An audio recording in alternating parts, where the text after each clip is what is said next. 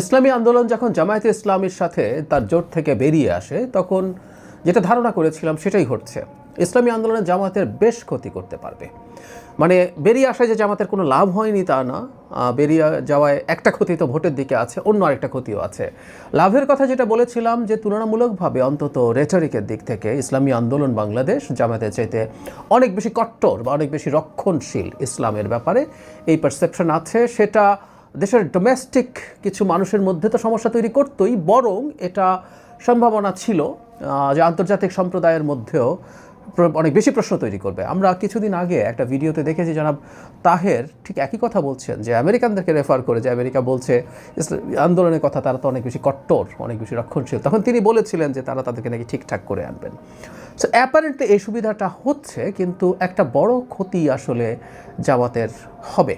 ভোটের পার্সেন্টেজ যেটা আছে, আমি তো মনে করছিলাম সব ইসলামী ভোট যদি একই ব্যালটে যায়, একই বক্সে যায়, তাহলে এই সম্ভাবনা আছে যে সিনার্জিজম হবে, 2 and 2 মে মেক 5 or 6, যতটুকু হওয়ার কথা ছিল বেশি হয়ে যাওয়ার ব্যাপার। সো ইসলামী আন্দোলনের ভোট কয় পার্সেন্ট সেটার চাইতে জরুরি কথা, যখন ওই পারসেপশনটা আসবে তখন যারা ইসলামী শাসন কায়েমের কথা বা স্বপ্ন দেখেন তাদের ভোট একই বাক্সে গেলে সেটা অনেক বেশি হয়ে যাওয়ার প্রবণতা ছিল। কিন্তু ইসলামী আন্দোলন এখন জামাতকে দুটো জায়গায় অ্যাটাক করছে। একটা হচ্ছে শরিয়া কায়েম বা ইসলামী শাসন কায়েম তো আছেই, আমেরিকা নিয়েও করছেন। ইসলামী আন্দোলনের যিনি আমির সৈয়দ মোহাম্মদ রেজাউল করিম, তিনি বলছেন তাদের মুখে একটা কাজে আরেকটা, মানে ওই মোনাফেকি, মানে ওনারা মোনাফেকি আসলে বলছেন, মুখে একটা কাজে আরেকটা, ধর্মীয় পরিভাষায় মোনাফেকি, সেই আলাপটা তারা সামনে আনছেন। আমাদের সামনে বলে একটা আর গোপনে গিয়ে বৈঠক করে আমেরিকার দূতাবাসে, মুখে বলে একটা আর গোপনে বৈঠক করে ভারতের সঙ্গে। বৈঠক হতেই পারে, গোপনে কেন? সেই গোপনের মধ্যে ডালমে কুচ কালা হে, এটা এদেশের মানুষ বুঝে গেছে। সুতরাং জামাতকে স্পষ্টভাবেই একটু ভিন্নভাবে আর একটু ইউফেমিস্টিক্যালি তারা মুনাফেক বলছেন।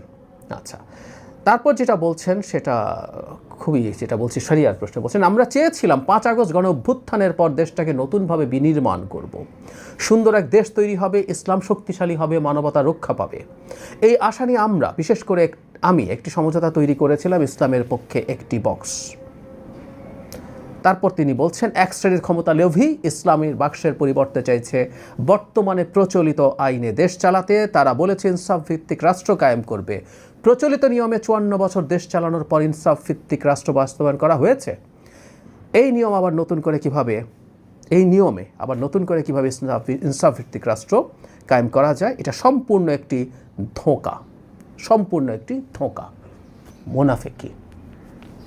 আমি যেটা অনুমান করি যে জামায়াতে ইসলামী, আমি আগেও বলেছি, এটা নিয়ে কলাম লিখেছি, বলে যাচ্ছি ক্রমাগত, যে মারাত্মক একটা ডিলেমাতে পড়েছে। সে ক্ষমতায় যেতে চায়, সুতরাং সে শুধু ইসলামী শাসন কায়েম করতে চায় এমন মানুষের বাইরের মানুষকেও আনতে চায়, এমনকি যারা ইসলামী শাসন বা শরিয়া কায়েম হলে পছন্দ করবেন না, যারা খুবই প্র্যাকটিসিং মুসলিম আছে প্রচুর মানুষ, যারা মনে করেন যে তিনি ব্যক্তিগত জীবনে ইসলামী জীবনযাপন করবেন কিন্তু তিনি শরিয়া রাষ্ট্র মেনে নেবেন না।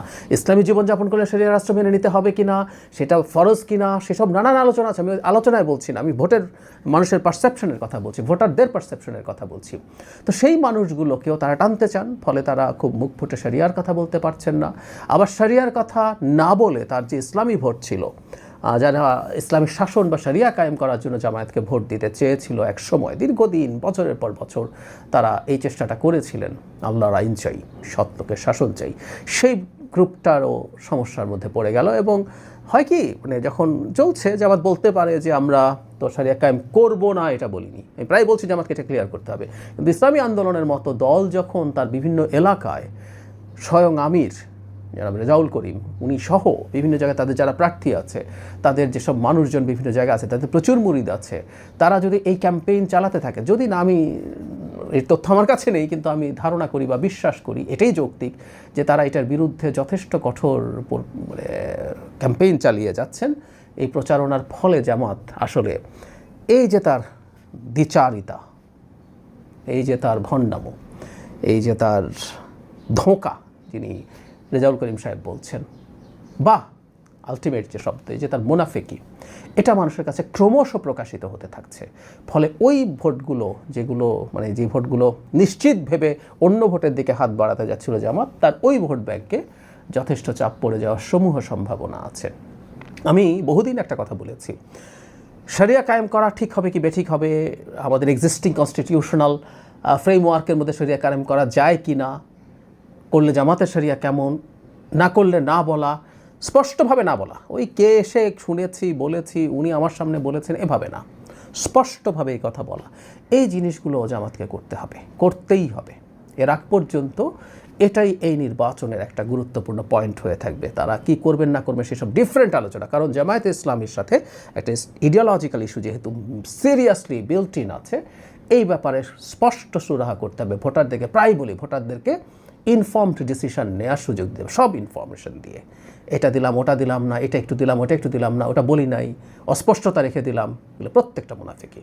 এবং ইসলামী আন্দোলন এই পয়েন্টে জামাতের জন্য একটা বিরাট ডিজাস্টার তৈরি করতে যাচ্ছে এই নির্বাচনে, এটা মোটামুটি নিশ্চিত। আমি দেখেছি যে ইসলামী আন্দোলনের বিভিন্ন নেতৃবৃন্দ টকাররা টিভি টকশোতে গিয়ে অত্যন্ত টাফ ভাষায় এই ব্যাপারগুলো ডিবাঙ্ক করছেন। মানুষ, সারা দেশের মানুষ এগুলো এখন দেখে তারা বুঝতে পারছেন জামাত আসলে কীভাবে ধোঁকা দিচ্ছে সবাইকে।